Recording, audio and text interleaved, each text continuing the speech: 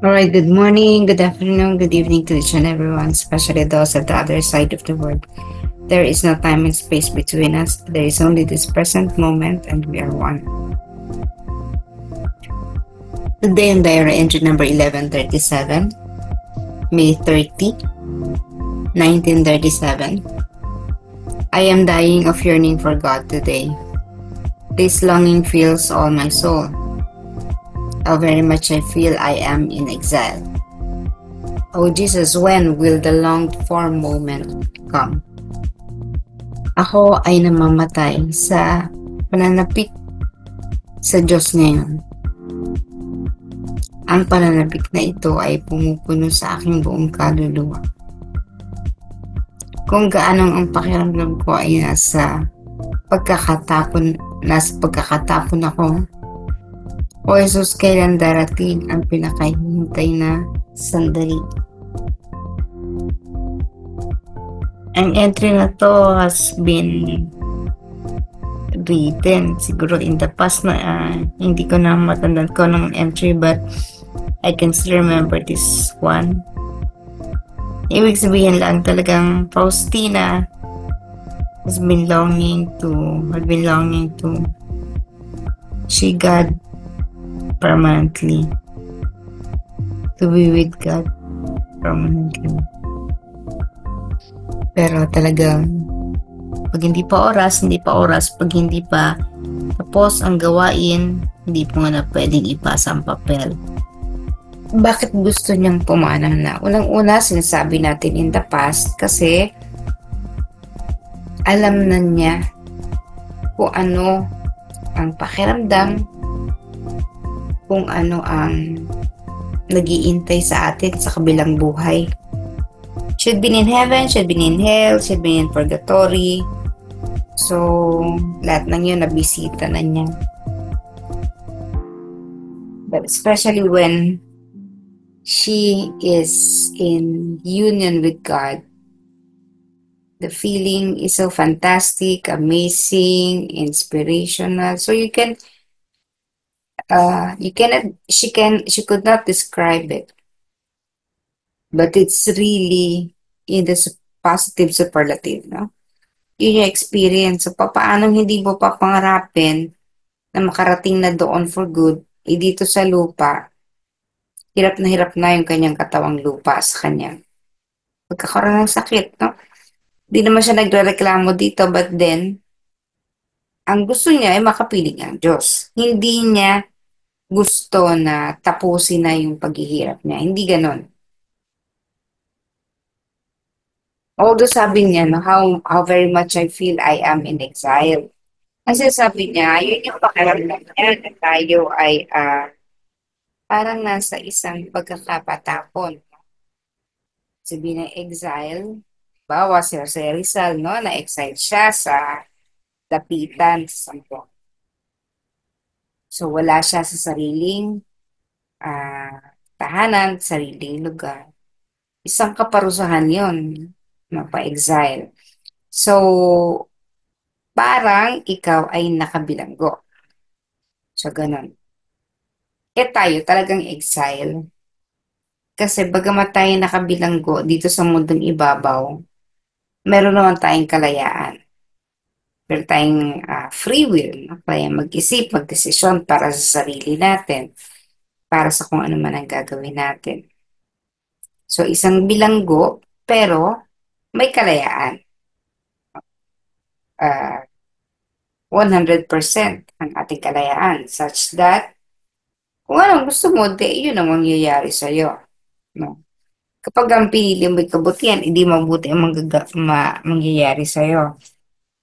Kahit na dumanas ka ng sakit, no? Kahit na hindi maging maganda ang karanasan mo, pero bahagi ng kailangang daanan, sa dulo naman, maganda naman, di ba? So, yun yung ating tayo pinanganak, no, dito sa lupa, tayo ay nasa isang exile. Pangalawa, tayo ay nasa pilgrimage, naglalakbay tayo. At ang dulo ng ating paglalakbay ay syempre sa ating kamatayan. Ang final destination natin should be in heaven. Kapiling natin na ang Diyos lumikha na sa atin. So while we are in exile here on earth, hindi lang naman yan puro pasakit. Bagamat bahagi ng buhay natin ang pasakit. So meron din tayong mga nararanasang mabuti, may mga nararanasan tayong maganda, positive. Pero yun nga, dahil tayo nakabilanggo dito, tayo naka-exile, eh, may mga sufferings. No? But then again, we would like to take note that Fasina is not complaining about her sufferings. Ang sinasabi niya, she's longing for that day.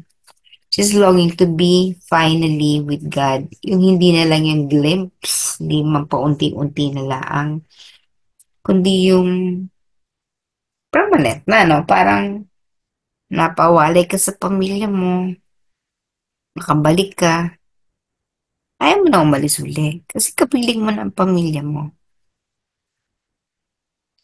So that feeling of longing to be with God was very much alive in Faustina.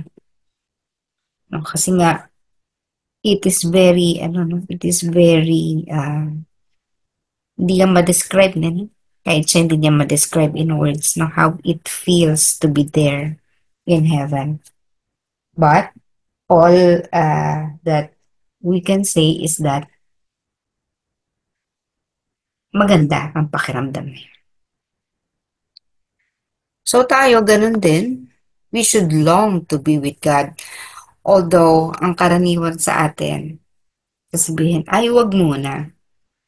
Hindi muna natin gusto na mapunta doon. Kasi nga, nag-enjoy pa tayo dito sa lupa, no? Kasi hindi na mga kasi natin nararamdaman, nararanasan kung ano yung nandun sa piling ng ating Panginoon.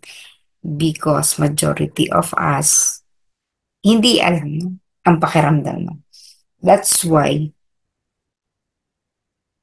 yung biruan na lang, no, na gusto mong ano, gusto mong matapos ang ano, biruan na lang ba yung parang ano, yung makakapiling mo si Lord, no? Lord, but yung ano ba itong mga biruan natin sa kamatayan, ano, yung gusto mong makapiling na si Lord, ay di ganoon, ano. Pero ang totoo, mas attached tayo. Ang karamihan sa tao ay mas attached dito sa lupa sapagkat nalimutan natin yung ating pinanggalingan. Nalimutan natin na tayo anak ng Diyos, nalimutan natin ang langit, nalimutan natin ang pakiramdam. Kasi nga, parang katulad ni Jesus, ay bumaba mula sa ating Ama. Pero ang pagkakaiba nga kasi natin, tayo'y tao na nandito sa lupa. Hindi tayo katulad ni Jesus na Diyos na bumaba dito sa lupa. And so uh, we need to know, to learn how to be with God, how to go there. Isang bagay na kailangan nating matutunan kasi nga hindi yan natin pinag-aaralan yung paano ang process ng pagkamatay at ano ang naghihintay sa kabila. Kasi nga ang karamihan sa atin ay takot, no? May fear of death ang karamihan sa atin. Masyado tayong attached dito sa lupa. That uh, ang gusto natin, manatili dito. Kaya pag ano yung oras mo na, minsan sasabihin natin, ayoko pa pong mamatay, ayoko pa po. Yung gano'n, ano? Meron tayong magan. Kasi nga attached tayo dito sa lupa, attached tayo sa family natin. We do not want to leave them. Hindi natin alam na, abay, mas maganda talaga dun sa kabila. Kasi nga, the reason is, hindi naman natin nararanasan yung makipagkaisa sa ating Panginoon and to be there in heaven. But it is a good place. Lahat tayo ay mawawala dito sa mundo. And we need to prepare. Because the hour, ang oras na yun, pag dumating, hindi natin alam kung kailan darating. But it would definitely arrive for all of us. No? Dadating ang oras para sa ating lahat. And when we reach that stage, hindi mo na pwedeng sabihin, di, ayoko po, no? So, yun, it's time to go. It's time to go. Ang problema lang, are you ready to face the Lord? Ano bang masasabi mo? Ano bang maisusulit mo?